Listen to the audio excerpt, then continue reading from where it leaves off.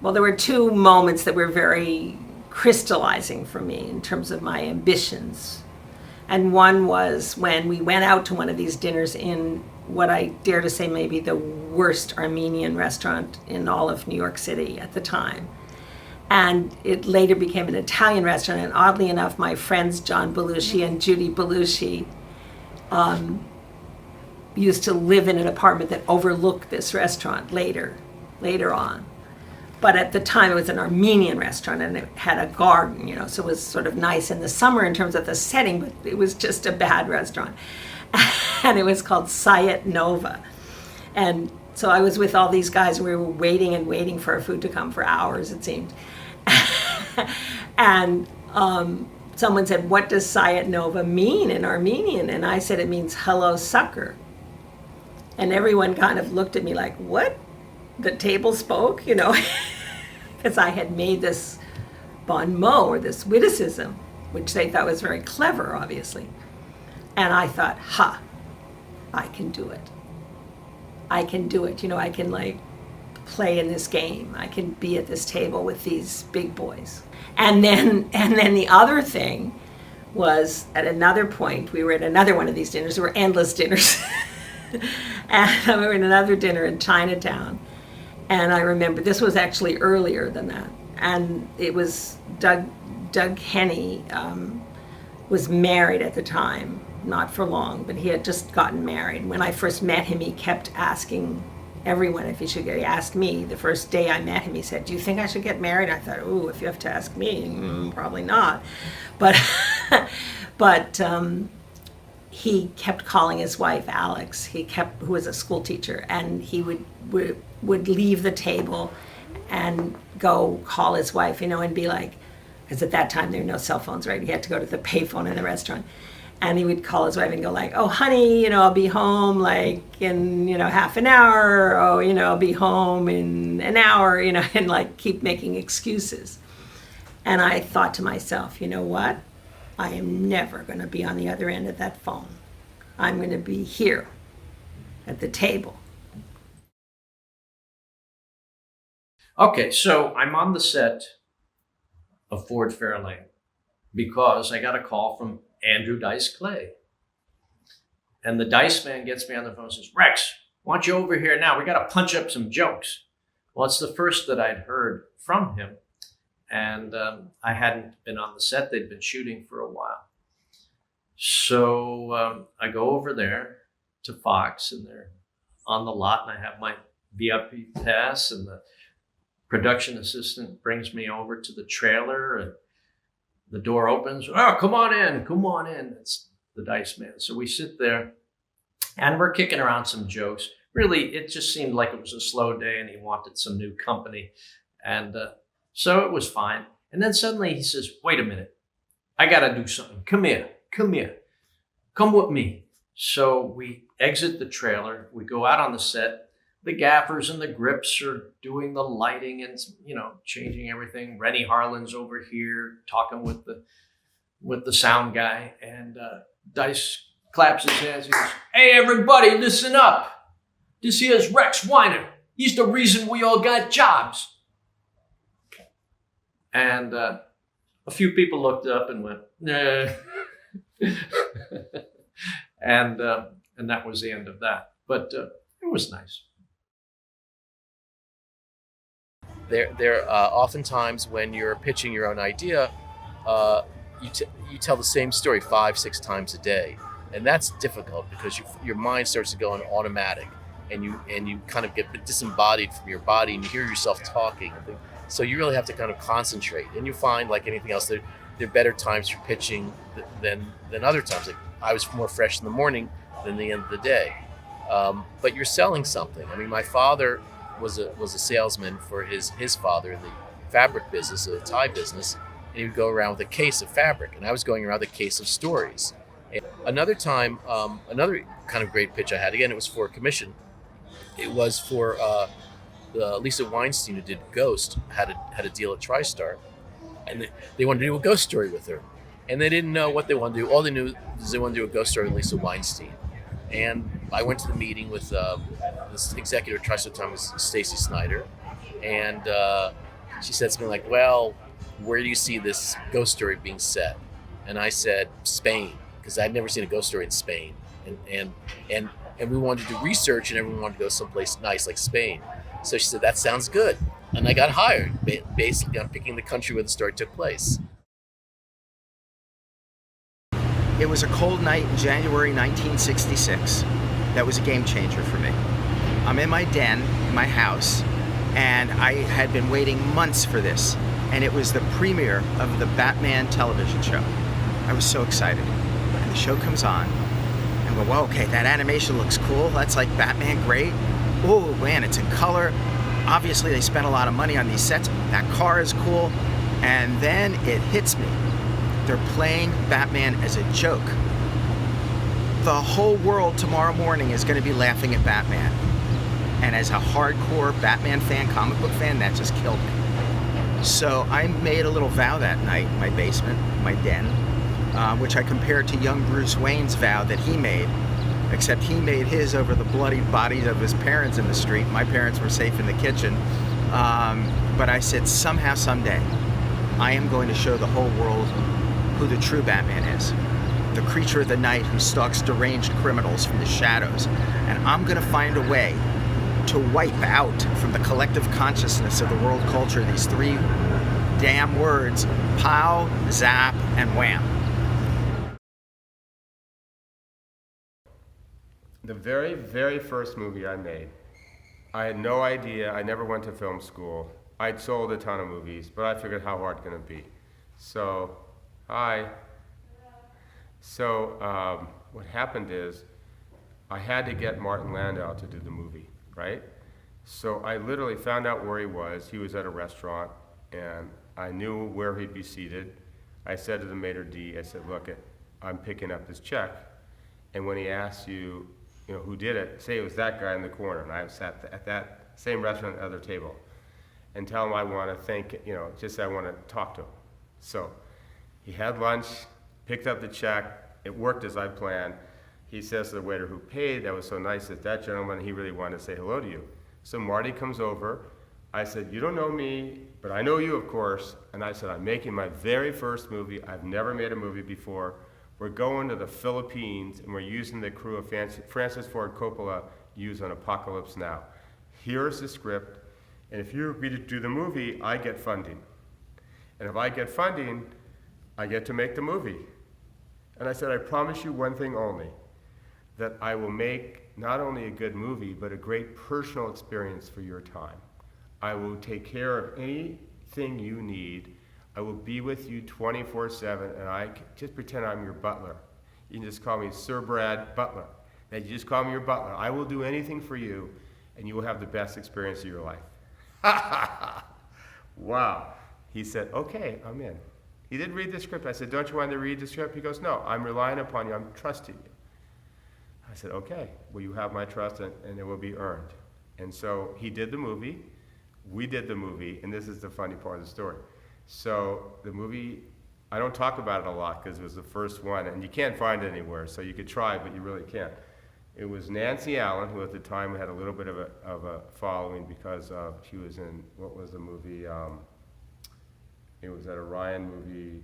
Oh, I'll think of it in a minute. But it was before Terminator.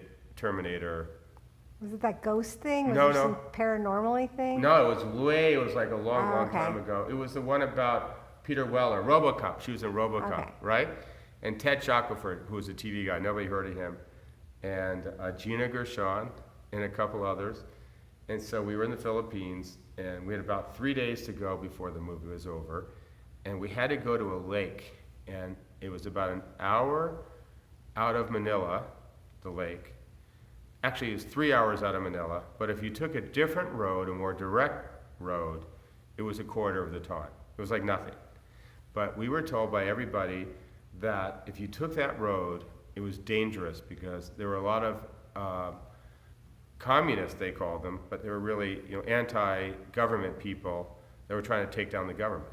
Okay, and they were in this area, and they were, they all had guns, and they were a renegade group, and they were kidnapping people, they were taking people hostage, they were ransoming people, whatever. So I said, Marty, okay, listen, if we take the road straight, okay, we'll be there in an hour. If we go around, it'll be 4 hours. Okay, I said, we're a film crew. What the hell are they going to do to us? I mean, everyone says how terrible they are, but we're a film crew. So here we are. It's like the Beverly Hillbillies. You remember that truck of the Beverly Hillbillies with Jed and everybody? Uncle, was it Clampett, whatever? So we had this Griffin electric truck and a Jeep. And Marty and I are in the front seat. I'm driving, and I'm following the caravan. No, we're first in the caravan.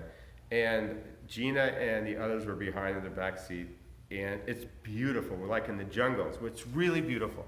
So all of a sudden, I hear this cha-cha-cha-cha-cha-cha. And we stopped. Because these guys, it was a 2-lane road. They came out from the sides of the forest, cha-cha-cha-cha-cha, with these guns, these machine guns. And they all had their red bandanas. It was like out of a movie. They were like terrorists, right? It was like, oh shit, it's all gonna come down here, I'm gonna be shot and killed. I said, it wasn't worth the 3 hours of savings on this road. I look at Marty, I said, Marty, let's be cool. He goes, you be cool. Okay, you idiot, why did you take this road? Like they're all there. So, they're just shooting these guns and they're circling us, okay? There are like 50 of these guys and they had their bandanas and they just look like extras in a movie. Like I was hoping to use them in a future movie. So anyway, they circle, and then they recognize Marty. And then they all come around him and they go, Mission Impossible, Mission Impossible, Mission Impossible. And they shoot the guns off and they gave us an escort. And the point of that story is they all had TV.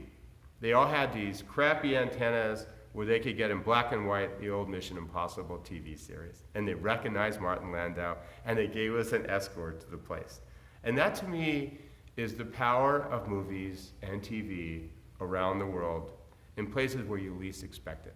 Isn't that a great story? One person that was actually very inspiring was Tom Cruise, okay? You asked for name dropping, let's go for it. So one of my movies that I did was Vanilla Sky, okay? And it was the biggest movie I had ever done up until that point, the biggest budget and the biggest star, of course, who's bigger than him anyway. I was on another movie at Paramount at the time, and I got a phone call that said, are you on a secure line? And I'm like, what? Well, I'm on my cell phone, what's going on? They said, where are you? I said, I'm in an office of Ed Zwick's office, okay? Because I was doing a movie with Ed Zwick. And they said, they said, we want to hire you, maybe we want to interview you for another job. I said, I'm already on a job. I'm already on a Paramount movie. And they said, we know more about the situation than you do. And I'm like, what? And they said, bring your portfolio over here, meet us at the back gate. You will be picked up by somebody in a golf cart. Do not talk to anybody. Do not tell anybody you are doing this.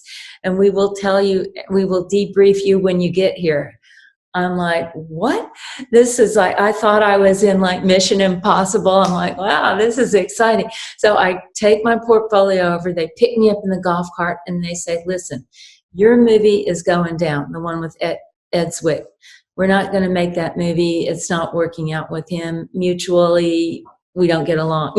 He has a different idea for the movie than we do. And so, but another project, Vanilla Sky, we have to replace the production designer. And so we're considering you. And I was like, wow, okay. And it was 4 days before Christmas. And they said, we are going to fire the production designer and the whole team. That's why they didn't want anyone to know. Fire the production designer and the whole team. And then by the day we come back, January 4th, you have to have the sets redone. And I said, but that's over Christmas holidays. I'm going to Costa Rica. And you're firing the whole crew. Who am I going to find to work? Everybody has holidays and vacations and everything. So this is crazy. And they said, oh, we think you can do it. We'll help you. So the first day I'm on the set, I look at this location. I don't know if you saw the movie, but Tom Cruise lives in a very elegant upscale apartment, okay? And that apartment is supposed to be in the Dakota, right on Central Park and everything. And he is supposed to be like a Rupert Murdoch type or whatever, a very high echelon, very high status publisher, newspaper, magazine publisher. So I'm like, okay, do I have time to research the Dakota? Normally I would go to the Dakota and go look at things and research it. No time, because I had to get this all done in like four days. Are we doing okay? Or I love it. This is a great story. Now you've got me on the edge of my seat. Okay, so I'm like, okay, and nobody was available. I had to tell my family I wasn't going to Costa Rica with them, which I had talked the family into going to Costa Rica, but I said, it's Tom Cruise. What can I do? How can I turn this down? They said, okay. So anyway, everybody was out of town. I literally went to my neighbor who was a hairdresser, and I said, I need you to help me shop for furniture for this location. I went to an actor, Xander Berkeley, actually really cool actor, and I knew he was a fantastic painter as well as a great actor. He was, in 24, whatever. He's been in a million shows. Anyway, and so I had him painting paintings for me over the holidays. Anybody that was not out of town, I just enlisted everybody to help me, whether it was their job or not. And so then I go in the set, and it needs a lot of help. They didn't like what the first production designer had done at all. It did look a little bit like a bordello or like a whorehouse. And so I moved everything out, but I found out that every prop house was closed and every store was closed. So the hairdresser friend of mine went over to like Rodeo Drive and would write a note and put it on the door of a store that said, Tom Cruise needs your furniture, and then maybe somebody would call us back. So all I had been able to get was one white couch, a very elegant, chic white couch. And Xander was painting something, and I was borrowing furniture from friends, trying to pull this huge set together. Then Tom Cruise walks onto the set. And I'm like, wow, I've never seen him in person, but I've seen his face, 50 feet tall on billboards. So of course I was a little bit woozy, nervous, very nervous, starstruck, freaked out. And he came in and he goes, Catherine, we're so glad you took this job. I heard you didn't get to go on your family trip, but I know you're going to do a great job. He goes, listen, you know what Murdoch's house looks like. You've been on his yacht. You've smelled the leather of his chairs. You know the kind of detail I'm looking for. Right when he said this to me, I thought, does he know who I am? I've never been on Rupert Murdoch's yacht or any yacht ever in my entire fucking life. And at this moment when he told me that I'd been on Rupert Murdoch's yacht, you've been on his yacht, you know the feeling of the leather. Guess what image came into my mind? My mother had taken me, I'm from a poor family in South Texas. A year before, my mother took me to the house that I was born in, and it was in Raymondville, Texas. And when we drove up to the house, I noticed there was no glass in the window. It was like a little cottage. There was no glass in the window. As we got closer, a horse's head came out. Nay, it was a barn, at this time. Maybe when we lived there, it was a house, but now it was a barn. A horse's head is living there. So when he said to me, you've been on Rupert Murdoch's yacht, all I could see was that horse. Nay, I'm like, I'm an imposter. How can I do this? I've gotten in way over my head. As Tom Cruise is talking to me, I'm having almost like an internal panic attack. Of course, who wouldn't? And I couldn't even get any furniture. Stores weren't even open. How was I going to live up to this? So inside, even in that one moment, I panicked, but then I thought, fuck everybody. I know how to design. I'm going to make this thing look good. He goes, I want this set to look like Rupert Murdoch's house, but better and more stylish. And somehow I kind of dug inside and said, I'm going to fucking do it. I'm going to prove to him that I can come from that little town with that horse in my house and make an amazing looking set. And so I'm just like, great. I just nodded. I said, great. I got this. I'm going to do it.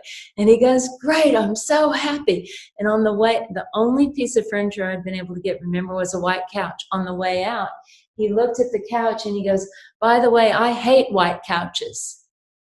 Good luck. And he left. Oh, for me, it was just around the playground when I was little. I used to do little baby voices and kids' voices with my best friend, and we'd hold pinkies and walk around the playground and talk in these baby voices. And so then cut to later, years later, when I'm an adult and I get an audition, and they're like, it was my first voiceover audition. He's like, oh, we want you to audition for this little boy voice. And they showed me a picture of a claymation of this character. And I was like, that's funny. It looks like that voice I've been doing since I was a little girl would talk. You know, this voice I did when I was a little girl, I did this little voice like, oh, and then we're sort of like this. And then I put that voice to this little claymation, and that was Tommy Pickles. So there again was something I did when I was a little kid, and now was doing it as an adult, for actually it became the goose that laid the golden egg. Tupac. We found Tupac totally by accident. When I started Tupac and Omar Epps, when we were starting Juice, I knew that there were no actors that we knew of that could play these roles. There were no actors. I mean, some people were saying, get Malcolm Jamal Warner on The Cosby Show. No. Love Malcolm. He's great, but not for my film Juice. So we really had an exhausting casting session. My casting director, Jackie Brown Carmen, first went through hundreds of people. We went to high schools of the performing arts, neighborhood theater groups, church theater groups in the tri-state area. And she went through hundreds of people. And eventually we narrowed it down. And How did you find those two guys? well, Omar was one of the guys that came in, and I just liked his soulfulness. I just liked his natural soulfulness. I was having a hard time finding Bishop. A lot of guys were coming in, and they thought if I just act ballistic, go ballistic, then I'll get the role, which didn't happen. And I didn't know what I was going to be able to do. And then one day, Tretch from Naughty by Nature came in to audition, and he had this guy that was just hanging out with him. And so Tretch did a pretty good job. And I said, okay, thank you. And what about you? This other guy, what about you? He said, me? I said, yeah. You wanna give it a try? He said, yeah, sure, why not? So I gave him the scene to learn that they're called sides. I gave him the sides for the character of Q, the role that eventually went to Omar Epps. And he went away, and he studied, and he learned it. He came back and did a pretty good job.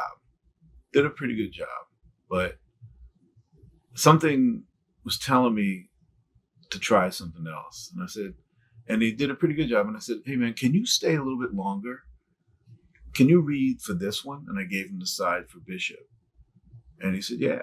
So he went away, came back about an hour, 45 minutes later, and learned the lines and everything. And he was our Bishop.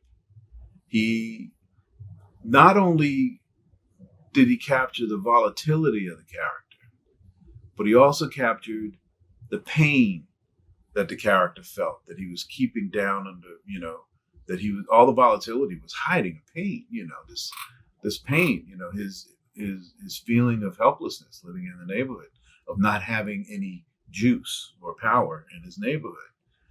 And he became Tupac. And this was before he did any albums. He was still a background singer and a roadie for Digital Underground. So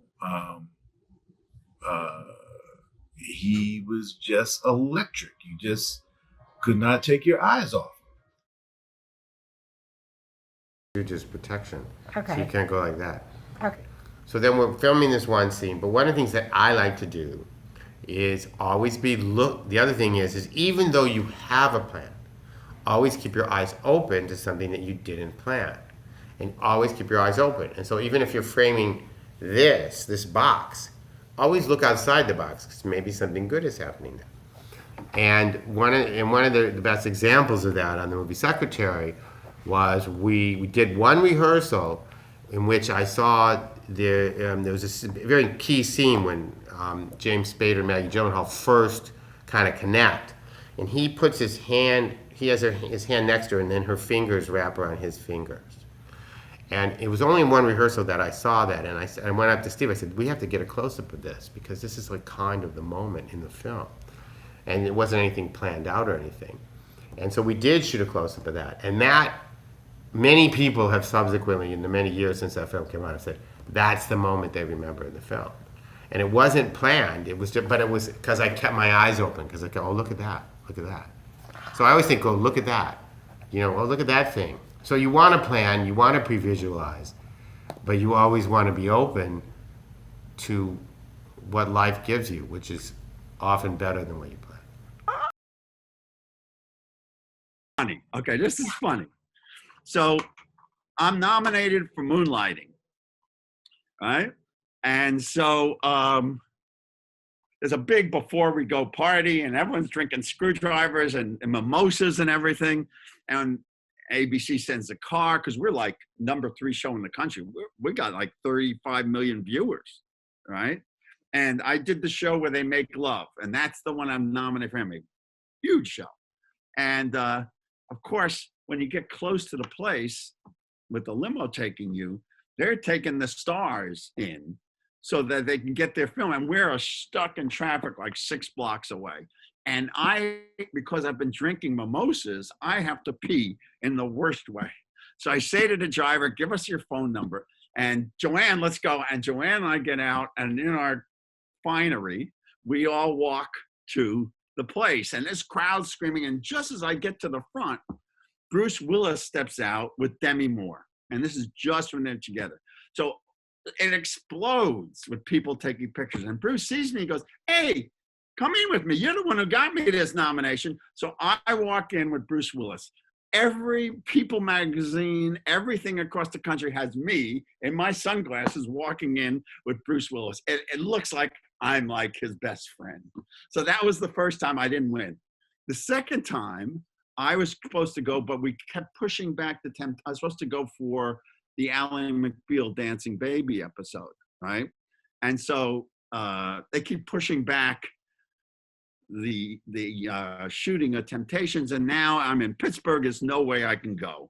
So Joanne goes, and I'm sitting in the room, my hotel room, with the temps and everyone on the crew, and I don't win, and everyone pats me on the back and so forth. So now I get nominated for the Temptations, and Joanne and I are there to go. And as we're walking in, she says, I just want you to be honest about this with yourself.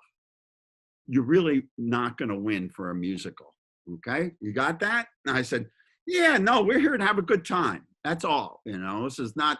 So as we're walking in, this guy comes up to me, and he's got beautiful blown back hair and a shawl tuxedo, and we shake hands, and he's got a French accent. And Joanne goes, who's that? I said, he directed the miniseries about Joan of Arc that I'm up against. She goes, see, he's going to win. Look at him, you know.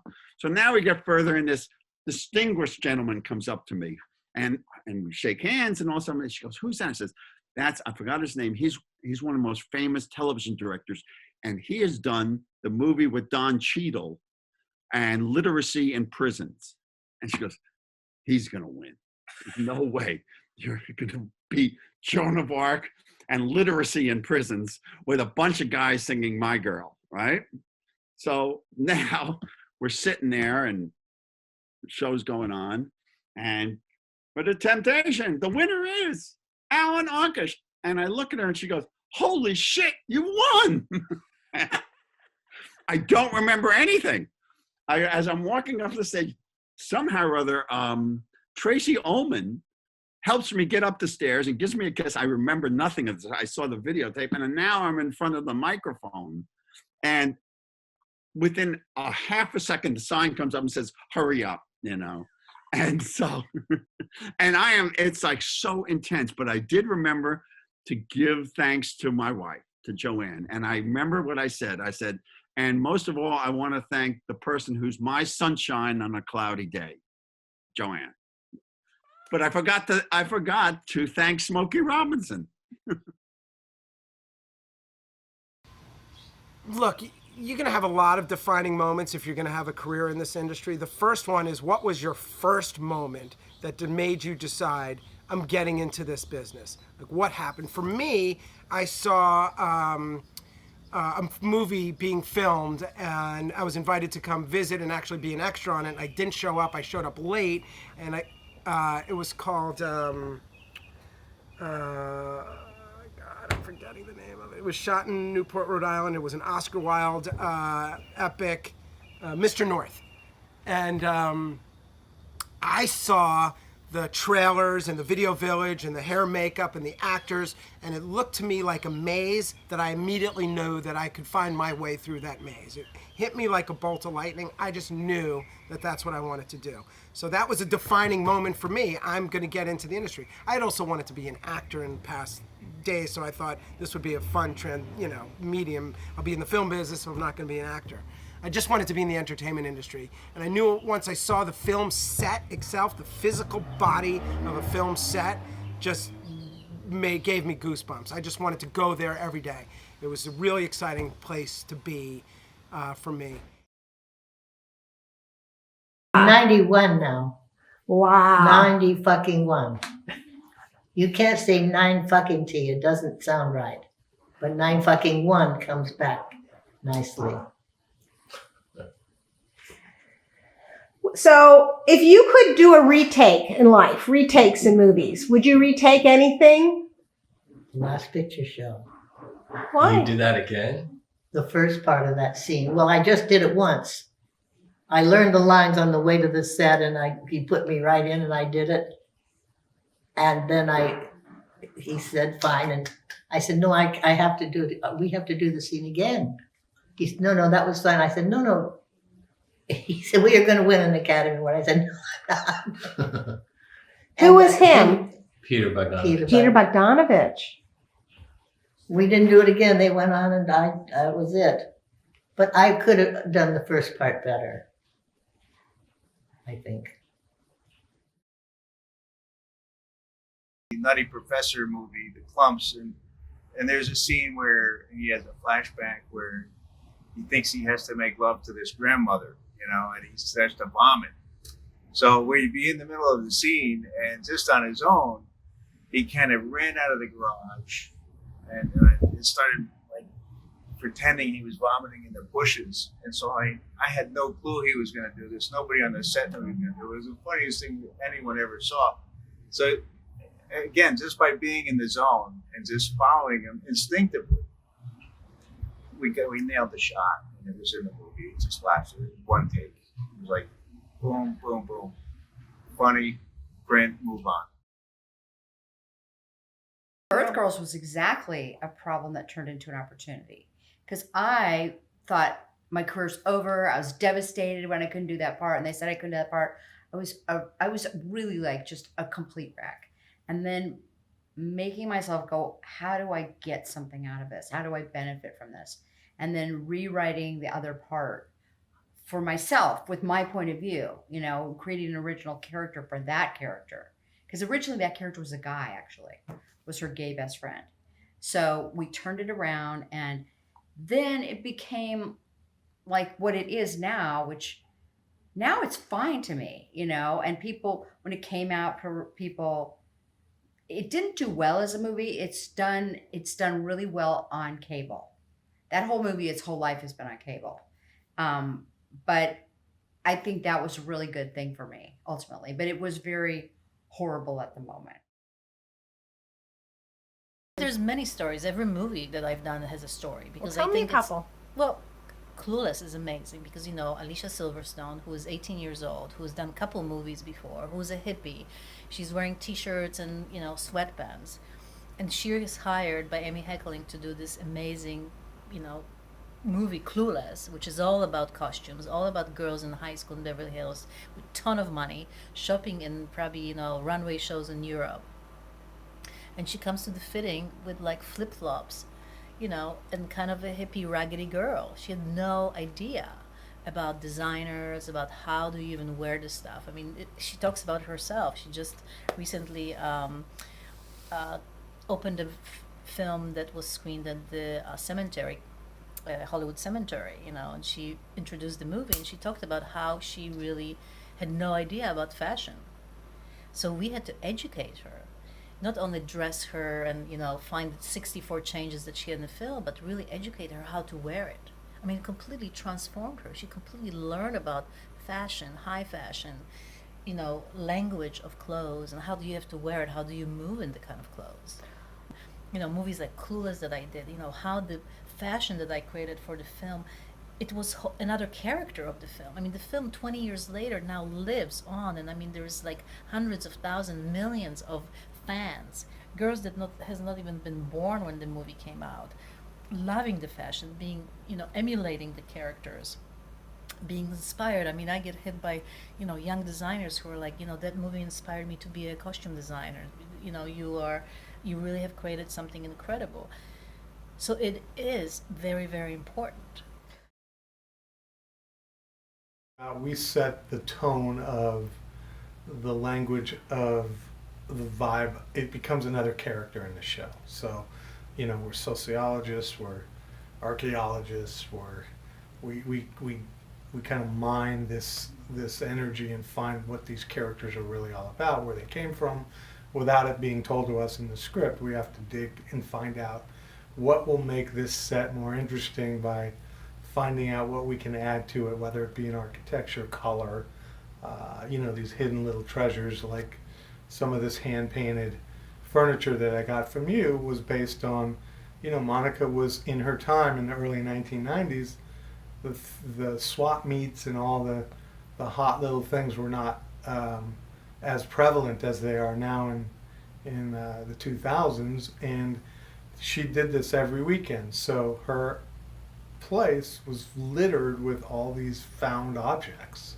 and that's how we became, you know, what we are seeing now more and more often are these sets on TV that are kind of mixed styles, mixed emotions, mixed textures of creative, you know, furniture from back in the day to modern, and it kind of makes a more interesting story, if you will, for this character, and this character being the set.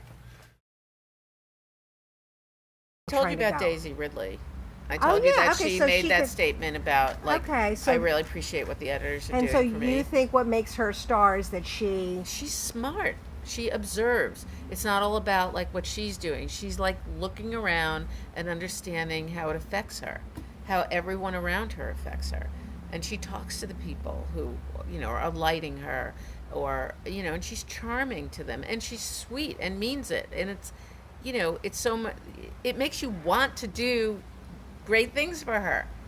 Like, if she says to me, I love you because you're so protective of me, do you think I'm ever going to forget to be protective of her? Never. So it's smart. It's really smart. Ooh, and I think there are a lot of actors who are smart like that. I remember Chris Pine on Star Trek was really interested in to see the editing process and to learn about, you know, what I did, so that he could understand better what he does. And I really think any actor who does that is really smart. Bradley Cooper on Alias used to sit in my cutting room. He came to me one day and he said, do you mind if I sit here? And I was like, sit here all you want. And he would sit in my cutting room with my 5-year-old bouncing on his knee, watching me cut. And they would play games and he would watch me cut. And, you know, now he's directing, look, and he's a huge star now, and he's directing his first feature. Oh, we met such a long time ago, a very long time ago, on a long, strange trip that was mostly night shooting in downtown LA. That's true. Yeah, and like really nothing was happening in downtown LA then. I mean, there was some weird clubs, but there was mainly like Vertigo. That was like, I think, the only place to go, and I had my little red convertible, and I was broke again, as it always happens with actors, and And then we were just making this crazy movie that then you should have been at the helm, and everything was really stolen from you. You and I met filming Modern Girls in the 80s, doing a lot of night shooting downtown LA, which was a very scary and sometimes terrifying experience for me. And, you know, that movie is like a time capsule of LA during that time period, all because of you, really. You know, you created that idea and without really getting credit for it. And I know what that feels like, and a lot of women know what that feels like. But as you were saying, it's like what you do with that kind of experience when you move on to the next project or the next project or the next chapter in your life. Because everybody going into this industry is going to be underestimated, taken advantage of, put down, hopefully not abused, but many experience that. So it's like what you do with those, because that's part of your roots. The good stuff are the stronger roots, but sometimes the bad stuff become the stronger roots. And you can use that to move on and do better things down the road because you're smarter. I first met Anita Rosenberg in 1988, and this was far before I ever even dreamed about making my own film and becoming a director. And Anita was making a film called Assault of the Killer Bimbos, and she asked me if I wanted to do it, and I said yes. And if to fully experience Anita, you have to see her, but I can just start by saying